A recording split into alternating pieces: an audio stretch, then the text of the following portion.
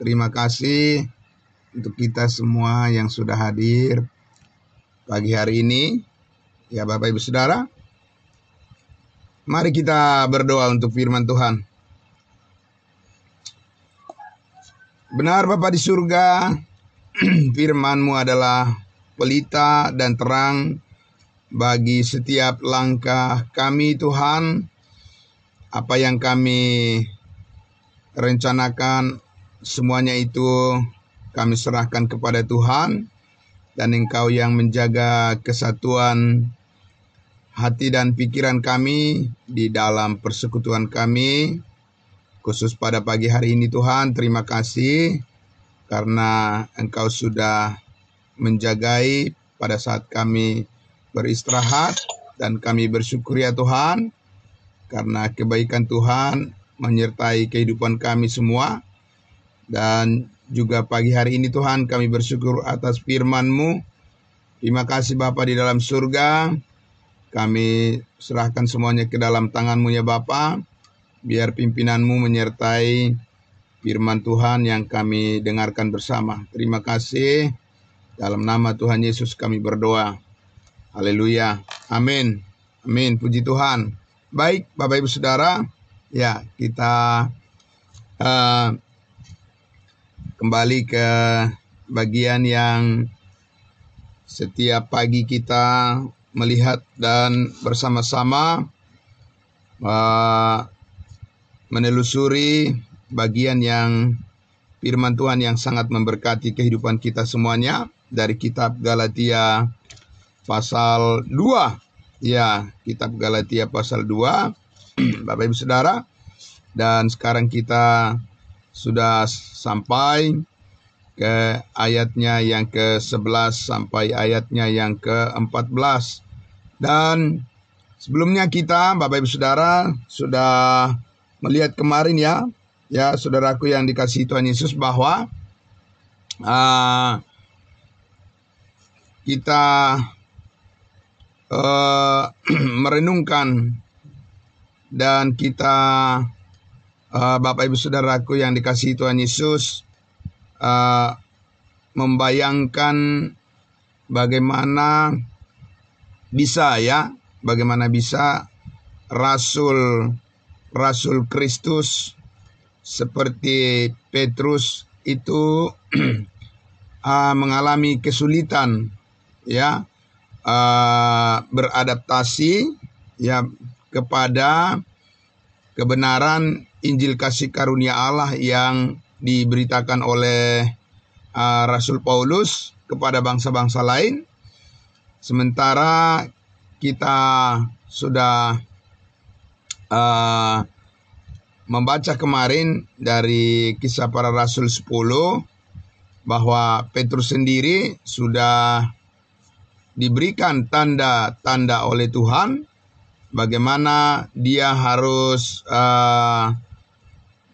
meyakini bahwa saatnya bangsa lain akan memperoleh keselamatan, hidup yang kekal tanpa melalui perjanjian yang dikaruniakan Allah kepada bangsa Israel.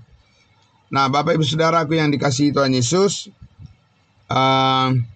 di sini kita lihat bahwa di bagian Galatia pasal 2 ayat 11 sampai 14 ini, Bapak Ibu Saudara, kita sudah melihat bagaimana Pauluslah yang dipakai oleh Tuhan untuk menjaga kesatuan di dalam jemaat tubuh Kristus di bangsa lain. Sementara kita lihat Petrus sendiri gagal untuk menyesuaikan, mengadaptasikan dirinya sebagaimana apa yang dituntut oleh Injil kasih karunia Allah untuk menjaga kesatuan di dalam jemaat dengan harus bersikap tidak boleh membeda-bedakan, gitu ya. Jadi Bapak Ibu Saudaraku yang dikasihi Tuhan Yesus, bisa kita katakan sebagai model, sebagai role model yang kita harus teladani, bagaimana bersikap sesungguhnya kepada siapa dikaruniakan oleh Tuhan Yesus kuasa, otoritas ya untuk bisa menunjukkan sikap yang seharusnya seperti kebenaran Injil yang diberitakan oleh Rasul Paulus adalah Tuhan memakai Rasul Paulus sebagai model, sebagai contoh, sebagai teladan. Makanya Bapak Ibu Saudaraku, kalau kita lihat di 1 Timotius pasalnya yang ke 1 ya. Kita lihat dulu di dalam 1 Timotius pasal 1. Mari Bapak Ibu Saudara, kita akan buka Alkitab kita di dalam 1 Timotius pasal 1. Kita akan membaca ya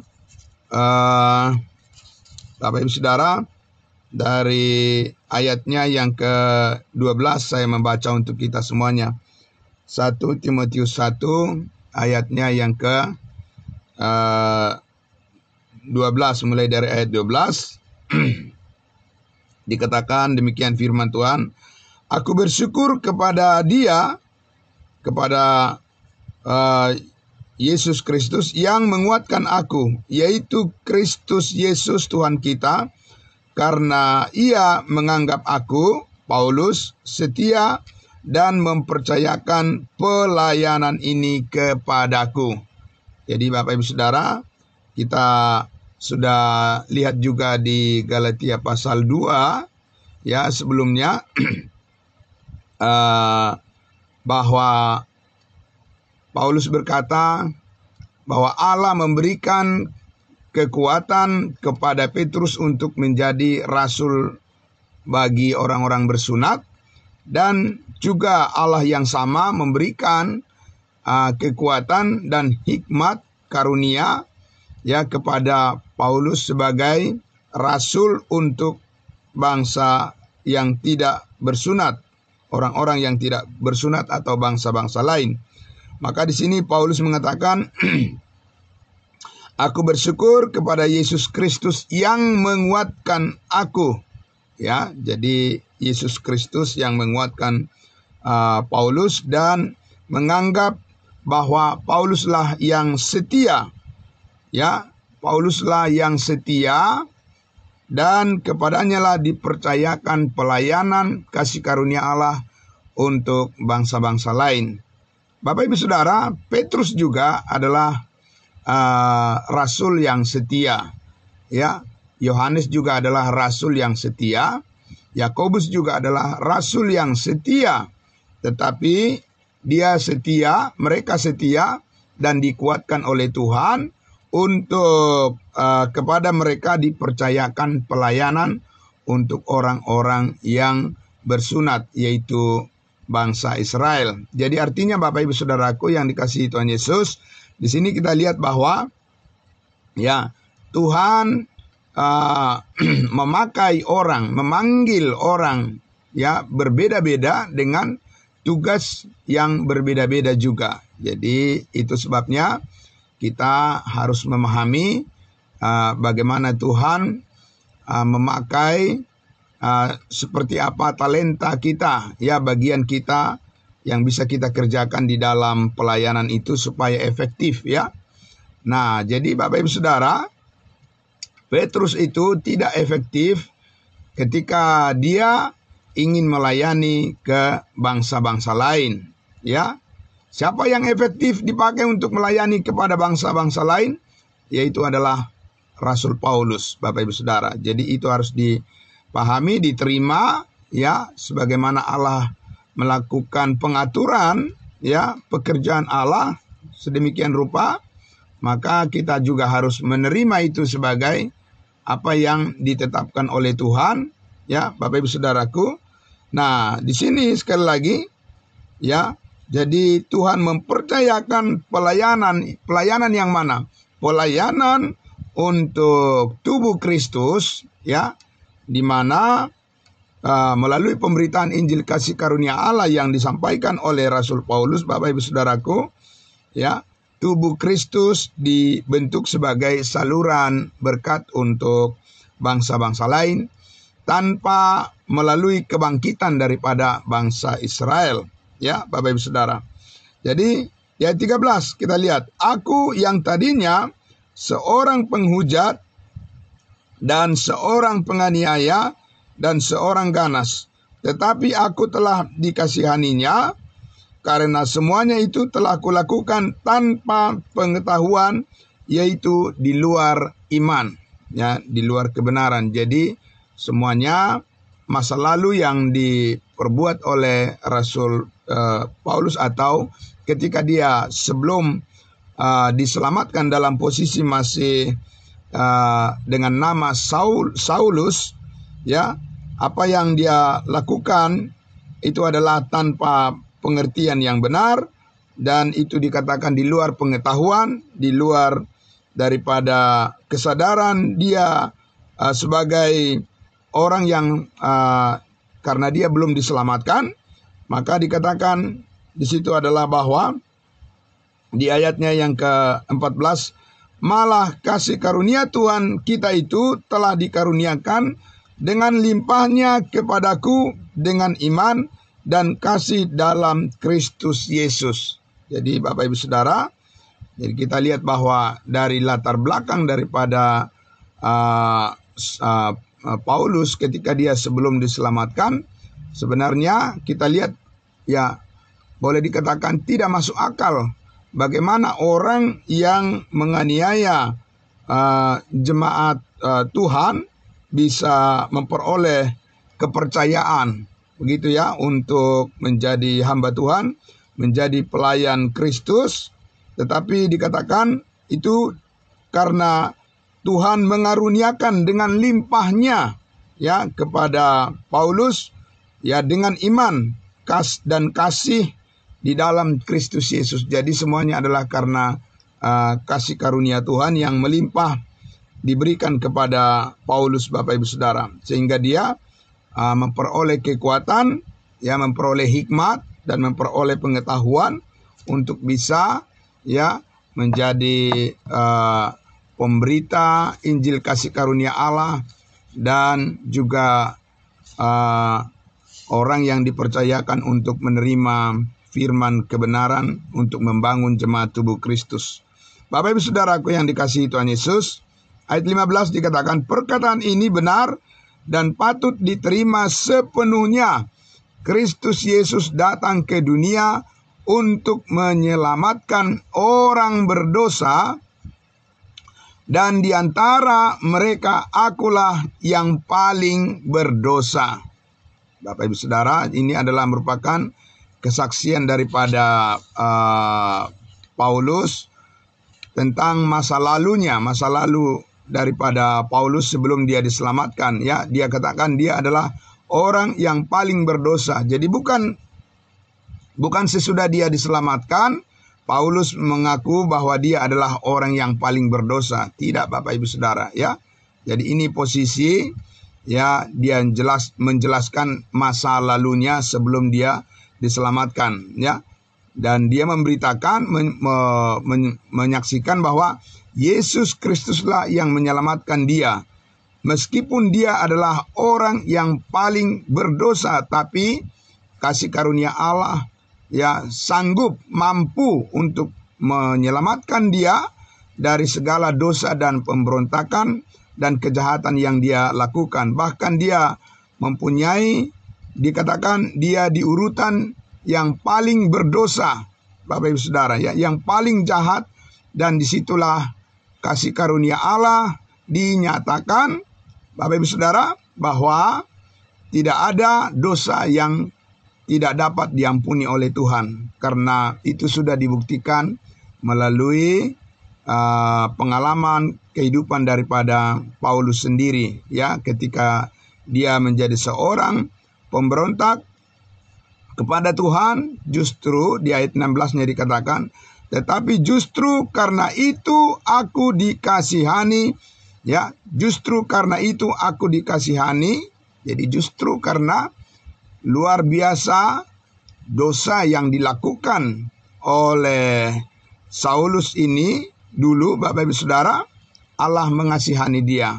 Ya, apakah itu artinya bahwa supaya kasih Allah semakin melimpah, maka harus banyak dosa yang harus dilakukan. Bapak Ibu Saudara, dilakukan oleh manusia tidak.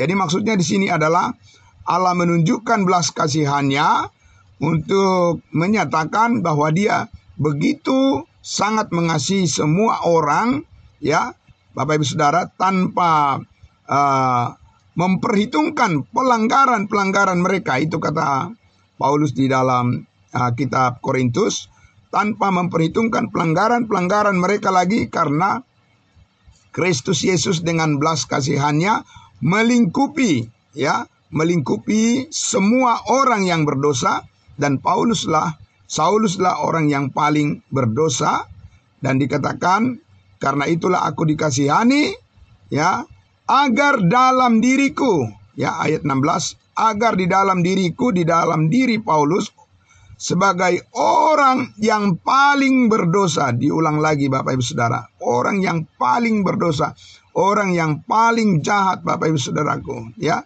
supaya di dalam diri Saulus, ya, sebagai orang yang paling berdosa, Yesus Kristus menunjukkan seluruh kesabarannya. Jadi ada maksud dan tujuan yang khusus, yang spesifik, Bapak Ibu Saudara, ya, kenapa Tuhan menyelamatkan Saulus sebagai orang yang paling berdosa, yang paling jahat, untuk menunjukkan kesabaran Allah, kesabaran Yesus Kristus memikul segala dosa manusia. Bayangkan Bapak Ibu Saudara, ya, semua kejahatan, bukan hanya kejahatan yang dilakukan oleh Saulus, tapi semua orang di dunia ini, Bapak Ibu Saudara, semuanya ditanggung oleh Kristus di atas kayu salib, dan itu ditimpakan kepadanya. Segala keburukan kita, segala kejahatan kita, segala dosa kita, segala kesalahan kita, Bapak Ibu Saudara, semuanya ditimpakan, ya, kepada Yesus Kristus, dan di dalam tubuhnya itu semuanya dipikulnya, ya, dan Yesus Kristus berkata, sudah selesai. Amin. Bapak Ibu Saudara, Dia mencapai apa yang menjadi puncak daripada penderitaan manusia. Ya, Bapak Ibu Saudara, Dia mencapai puncak daripada penderitaan manusia yang paling mengerikan. Ya, Bapak Ibu Saudara, karena semua dosa umat manusia di dunia ini ditimpakan kepadanya. Dan kalau dihitung, kalau diukur, dikatakan Paulus menyadari, dia katakan dialah orang yang menjadi contoh, begitu ya. Kita lihat di bagian berikutnya dikatakan, dengan demikian aku menjadi contoh bagi mereka yang kemudian menjadi percaya kepadanya, kepada Yesus, dan mendapatkan hidup yang kekal. Amin. Bapak Ibu Saudara, sangat luar biasa, ya. Jadi Sauluslah menjadi contoh. Kalau di dalam Alkitab berbahasa Indonesia hanya contoh saja disebutkan, tetapi kalau di dalam Alkitab yang berbahasa Inggris disebutkan sebagai contoh yang pertama, ya, Bapak Ibu Saudara, sebagai contoh yang pertama. 1 Timotius pasal 1 ayatnya yang ke-16 itu. Jadi saya baca sekali lagi dengan lengkap, ya. 1 Timotius 1 ayatnya yang ke-16. Tetapi justru karena itu aku dikasihani, ya, Paulus dikasihani, agar, jadi ini ada tujuannya Bapak Ibu Saudara. Mengapa Tuhan mengasihani Saulus, orang yang paling berdosa? Ada tujuan Tuhan yang spesifik, agar dalam diriku ini, kata Paulus, sebagai orang yang paling berdosa, yaitu dulu maksudnya, ya, Yesus Kristus menunjukkan seluruh kesabarannya. Amin. Bapak Ibu Saudara, kesabaran Yesus Kristus memikul segala dosa manusia ditunjukkan di dalam diri Saulus.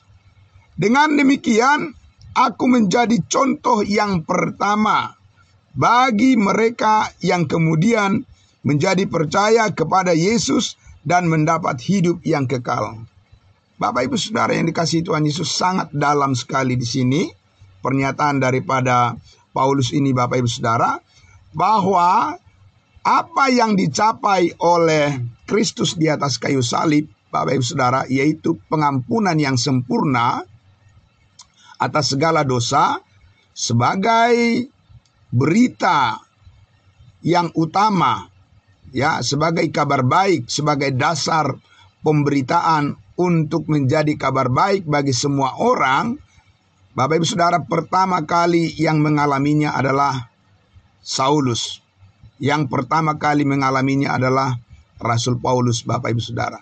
Bukan Petrus, bukan Yohanes, bukan Yakobus, Bapak Ibu Saudaraku, ya. Kenapa demikian?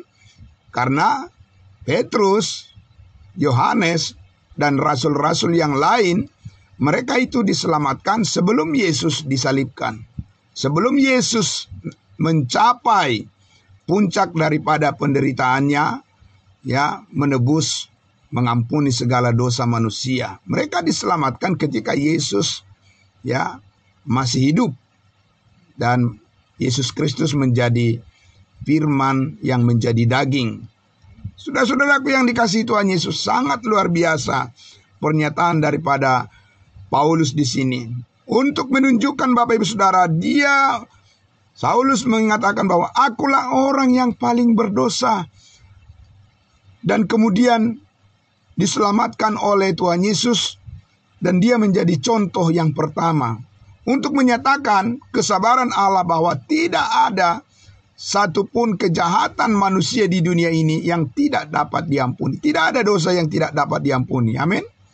Semuanya oleh darah Kristus, oleh kuasa darah Kristus. Semua dosa manusia telah diampuni. Bukan akan diampuni, telah diampuni.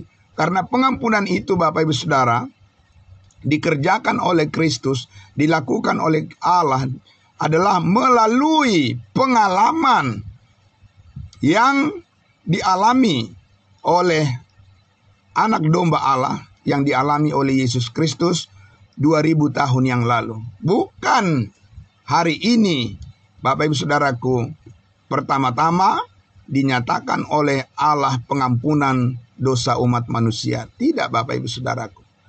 Ya.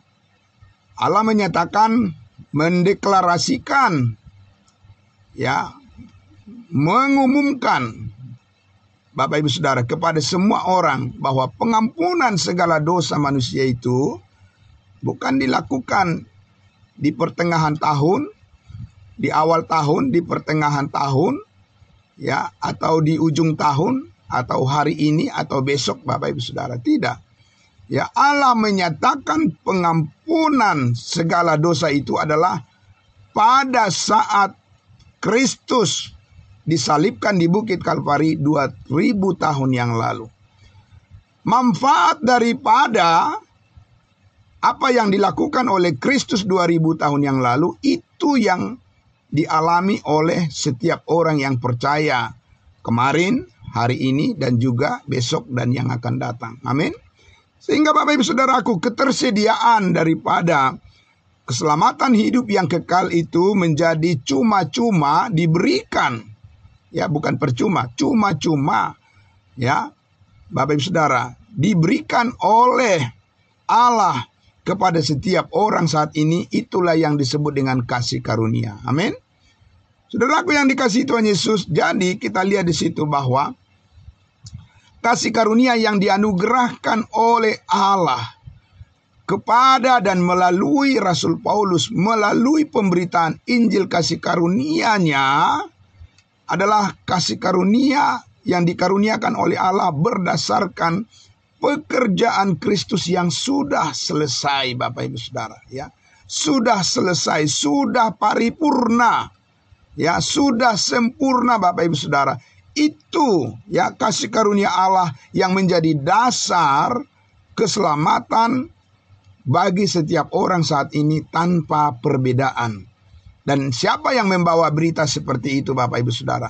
Siapa yang disanggupkan untuk menyampaikan Ya, kabar baik yang seperti itu. Petrus, Yohanes, Bapak Ibu Saudara, tidak. Bapak Ibu Saudara, kita sudah lihat di kitab Galatia pasal 2 itu. Ketika Rasul Petrus dan juga Yakobus datang dari Yerusalem, ya, ke Antioquia, ke wilayah bangsa lain, jemaat bangsa lain, justru mereka menjadi batu sandungan bagi orang-orang percaya dari bangsa-bangsa lain, karena di Galatia pasal 2 ayat 11 dan 14 kita sudah baca tadi, dan sudah beberapa kali kita baca, dikatakan Paulus menegur Petrus karena dia berlaku munafik, dan juga ya orang-orang yang lain terseret, dan Barnabas juga terseret, dan orang-orang Yahudi yang lain yang sudah mengenal kasih karunia Allah terseret, ya Bapak Ibu Saudara, dengan tersandung karena sikap daripada Petrus yang membeda-bedakan orang, ya, mengundurkan diri dari pertemuan, persekutuan yang sebelumnya dia bersama-sama dengan orang-orang bukan Yahudi, makan bersama satu meja, tetapi karena dia takut kepada ya orang-orang Yahudi yang lain yang datang dari Yerusalem, takut kepada Yakobus, Bapak Ibu Saudara, kemudian dia menarik diri. Nah, Bapak Ibu Saudaraku yang dikasihi Tuhan Yesus, jadi kalau kita ingin memahami lebih jauh lagi seperti apa ya kuasa Allah yang bekerja di dalam kehidupan kita saat ini, ya, maka kita harus memahami dengan baik siapa Rasul Paulus dan bagaimana Allah memakai dia untuk menjadi role model, menjadi contoh teladan. Ya, bahkan dikatakan tadi, teladan yang pertama menjadi contoh bagi semua orang yang kemudian menjadi percaya dan memperoleh hidup yang kekal. Amin. Ya, Bapak Ibu Saudara, dia adalah model di mana dia adalah seorang yang paling jahat, yang paling luar biasa melawan kehendak Tuhan, tapi justru dimulai dari dia. Kasih karunia Allah itu dinyatakan bahwa semua dosanya diampuni, semua dosanya ditebus oleh Allah, dan tidak memperhitungkan segala pelanggarannya lagi, karena semuanya itu telah ditanggung oleh Kristus di atas kayu salib. Bapak Ibu Saudara, sangat luar biasa ya berkat Tuhan yang harus diresponi, disambut oleh setiap orang saat ini hanya melalui iman. Amin. Bukan karena usaha, bukan karena perbuatan, tetapi hanya melalui iman kepada kasih karunia Allah yang ditawarkan kepada semua orang, Bapak Ibu Saudara. Betapa nanti Bapak Ibu Saudaraku yang dikasihi Tuhan Yesus, banyak orang yang begitu menyesal kalau sampai melewatkan masa anugerah kasih karunia Allah saat ini yang ditawarkan dengan cuma-cuma berkat keselamatan kepada setiap orang yang berdosa hanya melalui iman. Betapa mereka akan begitu menyesal sekali kalau kesempatan ini sudah lewat, dan kemudian nanti antikristus akan berkuasa dan tidak ada keselamatan yang cuma-cuma pada saat itu nanti. Karena semuanya orang yang siapa yang bertahan, yang sanggup bertahan, merekalah yang akan diselamatkan. Tapi Alkitab mengatakan hampir tidak ada orang yang sanggup ya bertahan di bawah kendali daripada penganiayaan yang dilakukan oleh antikristus, maka semua orang akan cenderung kepada penyangkalan, ya, penyangkalan terhadap Yesus sebagai Mesias, dan orang-orang akan lebih cenderung untuk mengikuti Mesias palsu di kemudian hari yang akan datang. Dan pada saat ini adalah hari penyelamatan yang sangat terbuka, ya, yang sangat luar biasa. Dengan tangan terbuka Tuhan menerima semua orang yang mau percaya saat ini, dan keselamatan hidup yang kekal, kepastian keselamatan hidup yang kekal dikaruniakan dengan cuma-cuma. Nah, Bapak Ibu Saudaraku yang dikasihi Tuhan Yesus, ya, inilah yang banyak dilewatkan oleh orang-orang yang selalu bertahan mengatakan bahwa dengan perbuatan-perbuatanlah ya mereka akan diselamatkan, dan itu tidak mungkin berhasil. Itu pasti gagal Bapak Ibu Saudara. Karena itu berarti di luar daripada pekerjaan Kristus, di luar daripada rencana kasih karunia Allah saat ini. Bapak Ibu Saudaraku yang dikasihi Tuhan Yesus, ada satu hal lagi yang mau saya sampaikan yang sangat menarik Bapak Ibu Saudara.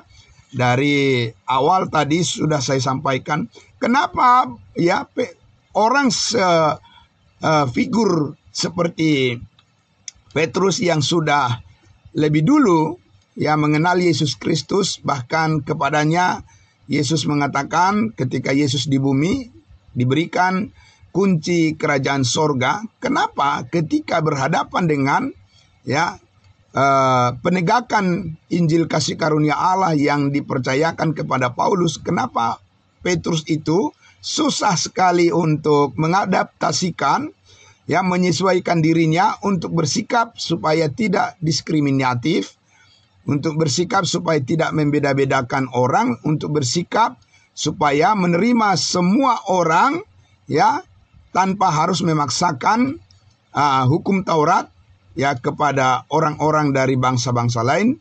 Padahal dia sudah tahu dan dia sudah melihat tanda-tanda. Kemarin sudah kita bahas juga itu Bapak Ibu Saudara. Tapi kenapa susah sekali dia Bapak Ibu Saudara untuk mengadaptasikan, menyesuaikan dirinya untuk menghilangkan keterikatan ya, keterikatan terhadap hukum Taurat, dan untuk berlaku supaya berlaku adil di tengah-tengah bangsa lain, supaya dia jangan membeda-bedakan orang. Kenapa orang sekelas Petrus Bapak Ibu Saudaraku ya tidak bisa menunjukkan sikap yang demikian di tengah-tengah bangsa-bangsa lain? Di samping tadi alasannya adalah saya sudah sampaikan, karena Tuhan ya telah memilih menetapkan Petrus hanya menjadi sangat efektif di dalam pemberitaan firman Tuhan untuk bangsa Israel, bukan untuk bangsa lain. Pauluslah yang efektif, yang dipakai oleh Allah untuk memberitakan kebenaran kepada bangsa lain. Dan hal ini Bapak Ibu Saudaraku yang dikasihi Tuhan Yesus, ya sangat menarik kalau kita lihat ya di dalam 2 Petrus pasal 3, bagaimana Petrus mengakui, ya ini sangat penting Bapak Ibu Saudara, kita renungkan baik-baik. Bagaimana Petrus sendiri ya mengakui bahwa di dalam tulisan surat-surat yang dituliskan oleh Rasul Paulus firman Tuhan, ya Petrus sendiri pun mengakui itu sulit untuk dipahaminya. Ya, sulit untuk dipahami.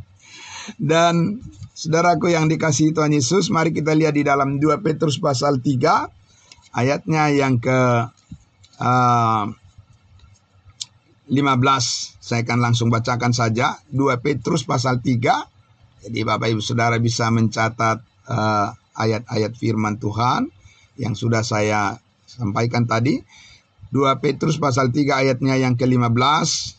Mulai dari ayatnya yang ke-15. Ini adalah surat daripada Rasul Petrus kepada orang-orang Yahudi, ya, orang-orang Yahudi yang percaya. Di ayat 15 dikatakan, anggaplah kesabaran Tuhan kita sebagai kesempatan bagimu untuk beroleh selamat, seperti juga Paulus saudara kita yang kekasih telah menulis kepadamu menurut hikmat yang dikaruniakan kepadanya.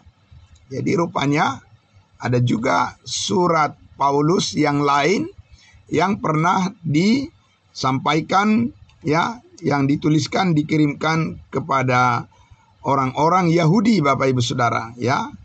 Puji Tuhan, luar biasa. Ayatnya yang ke-16. Hal itu dibuatnya dalam semua suratnya. Surat Paulus ya. Surat Paulus yang mana Bapak Ibu Saudara? Dari Roma sampai Filemon. Itulah 13 surat yang ditulis oleh Rasul Paulus sebagai firman Tuhan yang diterima dari Yesus Kristus. Hal itu dibuatnya dalam semua suratnya apabila ia berbicara tentang perkara-perkara ini, ya, tentang perkara mengenai hal kedatangan Tuhan, Itu konteksnya di sini, kedatangan Tuhan yang akan datang. Dalam surat-suratnya itu ada hal-hal yang sukar dipahami. Nah, itu saudara. Jadi Petrus sendiri saja sebagai rasul, ya, sebagai pemimpin 12 rasul. Dia bukan pemimpin atas Paulus, Bapak Ibu Saudara. Ya, Petrus adalah pemimpin atas 11 rasul yang lainnya, tidak termasuk Paulus. Bapak Ibu Saudara, kalau lihat di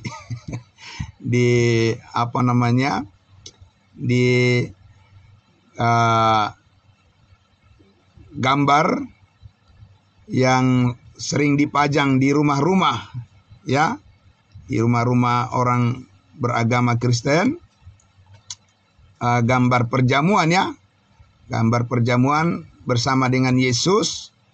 Ada berapa murid Yesus di situ? Ada 12, ya. Tapi ada satu yang tidak ada di situ, yaitu Paulus, Bapak Ibu Saudara.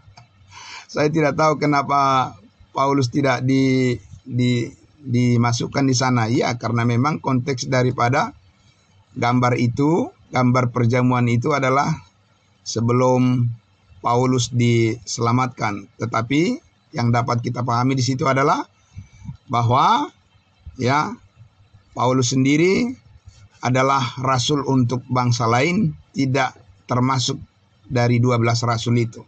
Ya, untuk bangsa Israel 12 rasul. Nah, Bapak Ibu Saudara, sangat menarik di sini dikatakan dalam surat-suratnya, surat-surat Paulus dari Roma sampai Filemon itu ada hal-hal yang sukar dipahami. Ya, jadi Petrus mengakui itu, Bapak Ibu Saudara.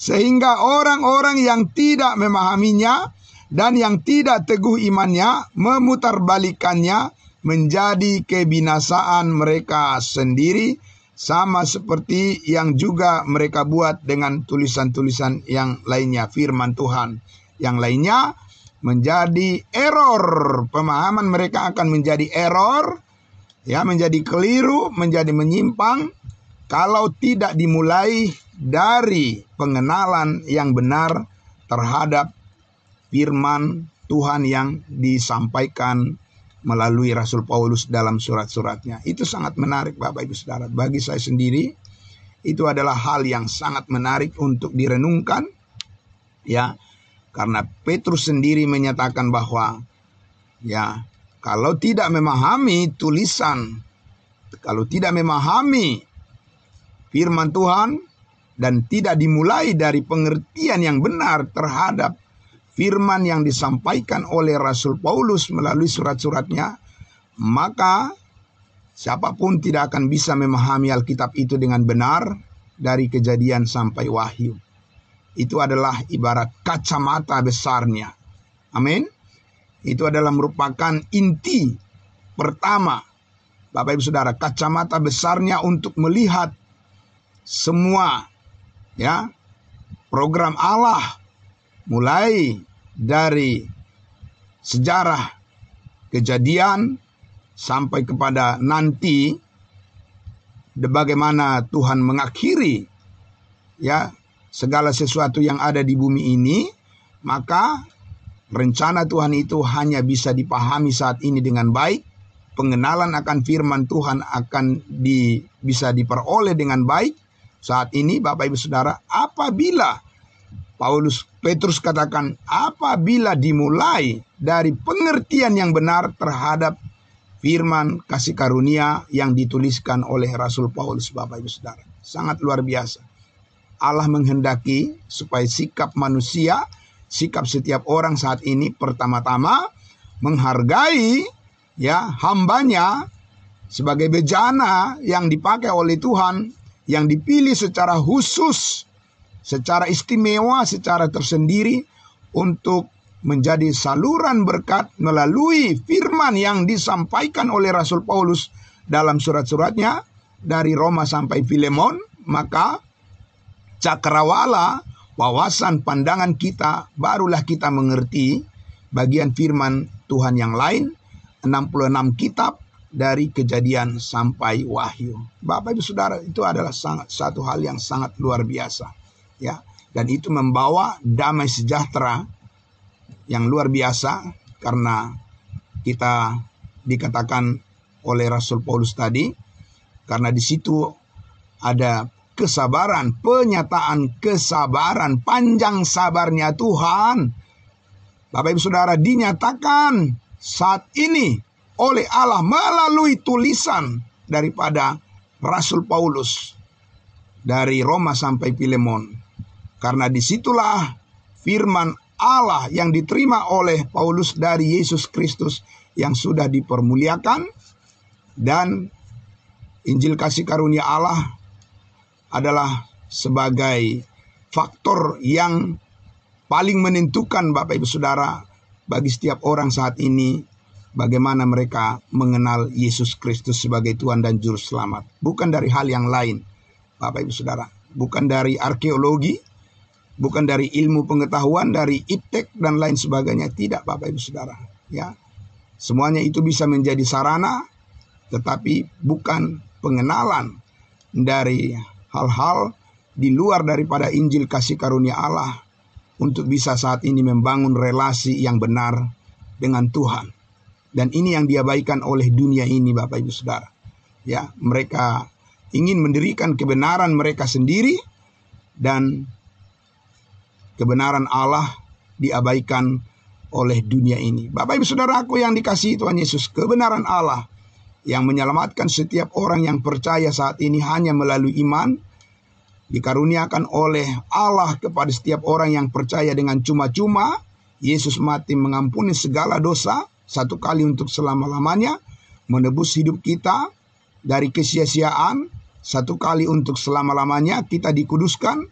Itulah berita kasih karunia yang disampaikan oleh Rasul Paulus sebagai berita panjang sabarnya Tuhan. Ada substansi, ya, ada substansi kebenaran yang istimewa di dalam berita Injil kasih karunia Allah yang diberitakan oleh Rasul Paulus, Bapak Ibu Saudaraku, yang menjadi berkat yang besar luar biasa bagi semua orang yang mau menyambutnya. Bapak Ibu Saudara, berbahagialah, bersukacitalah senantiasa di dalam Tuhan, karena kita sudah tiba pada kehendak Allah, di mana kita, kewargaan kita adalah di dalam surga.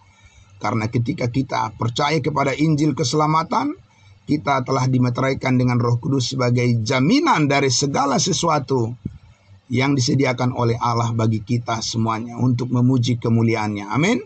Bapak Ibu Saudaraku yang dikasihi Tuhan Yesus, sangat luar biasa. Ya, mari kita bersyukur senantiasa kepada Tuhan kita, dan kita tetap setia, semangat terus Bapak Ibu Saudara, mengerjakan apapun yang menjadi tanggung jawab kita yang dipercayakan oleh Tuhan. Lakukanlah segala sesuatu seperti untuk Tuhan, bukan untuk manusia, karena kamu tahu dari Tuhanlah kamu akan menerima upah bagimu. Kristus adalah Tuhan, dan kita semua yang percaya adalah hamba-hambanya. Amin. Bapak Ibu Saudaraku, terima kasih banyak untuk semuanya yang mengikuti live streaming, saudara-saudaraku semuanya. Terima kasih dari Indonesia Timur. Terima kasih semuanya saudara-saudaraku. Tuhan memberkati kita semuanya yang selalu tekun, yang selalu rajin bangun pagi, Bapak Ibu Saudara, untuk bersama-sama memuji Tuhan dan mendengarkan kebenaran firman-Nya. Kita berlatih untuk menjadi orang-orang yang taat dan setia, menjadi sesuai dengan panggilan Injil kasih karunia Allah yang konsisten dengan kebenaran yang sudah kita percayai, supaya seperti Rasul Paulus, dialah menjadi penjaga, ya, kesatuan di dalam tubuh Kristus, karena kepadanya dikaruniakan oleh Yesus Kristus kasih karunia dan damai sejahtera Allah yang melampaui segala akal. Itulah yang memerintah hati dan pikiranmu, ya, yang menyertai kita semuanya kapanpun dan dimanapun. Puji Tuhan Bapak Ibu Saudara, kita akan jumpa lagi besok pagi. Mari kita berdoa untuk kebenaran firman Tuhan yang sudah kita dengarkan bersama. Terima kasih Bapa di dalam surga, kami sangat bersyukur, berterima kasih Tuhan, karena kami sudah diberikan kesempatan oleh Tuhan untuk tiba pada pengenalan kebenaran yang sangat luar biasa, yang ajaib, yang Tuhan karuniakan melalui tulisan-tulisan Rasul Paulus. Dari Rosamon, Roma sampai Filemon, telah membuka cakrawala pandangan yang sangat luar biasa, yang sangat luas tentang kesabaran Allah melalui Yesus Kristus dengan pengorbanan yang telah mencapai puncaknya, pengorbanan pencapaian paripurna daripada Yesus Kristus di atas kayu salib, di mana itu adalah penyataan, deklarasi daripada kemenangan atas segala dosa, atas kuasa maut dan kuasa dosa, kuasa hukum Taurat, dan Tuhan telah mengaruniakan itu, kemenangan itu di dalam kehidupan kami sebagai tubuh Kristus, manusia baru yang Engkau pakai memuliakan namamu selama kami diberikan kesempatan di dunia ini. Tuhan yang menjadi andalan kami, dan pakai hidup kami untuk memberitakan Injil kasih karunia Allah, Injil anugerah, menjadi jalan yang terbuka lebar bagi semua orang yang percaya, menjadi berkat yang terbesar, damai sejahtera bagi setiap orang yang percaya, terlebih di dalam persekutuan orang-orang kudus-Mu, persekutuan yang benar, tubuh Kristus dimanapun berada. Kami bersyukur, kami menyerahkan hari yang baru yang Tuhan berikan bagi kami. Pakai hidup kami Tuhan untuk tetap setia dan senantiasa memuliakan-Mu dalam segala hal aspek kehidupan kami. Di dalam nama Tuhan Yesus kami berdoa dan bersyukur. Haleluya. Amin. Amin. Terima kasih saudara-saudaraku yang dikasihi Tuhan Yesus. Baik yang mengikuti live streaming dari Facebook, Tuhan memberkati kita semua, maupun yang berada di ruangan Zoom meeting kita. Terima kasih, selamat pagi, sampai jumpa besok pagi lagi. Saya serahkan kepada hambanya, Bapak Pendeta Pardosi, untuk melanjutkan acara kita. Terima kasih. Ya, salam kudus buat kita semuanya. Terima kasih saudara-saudaraku. Ya, salam. Amin.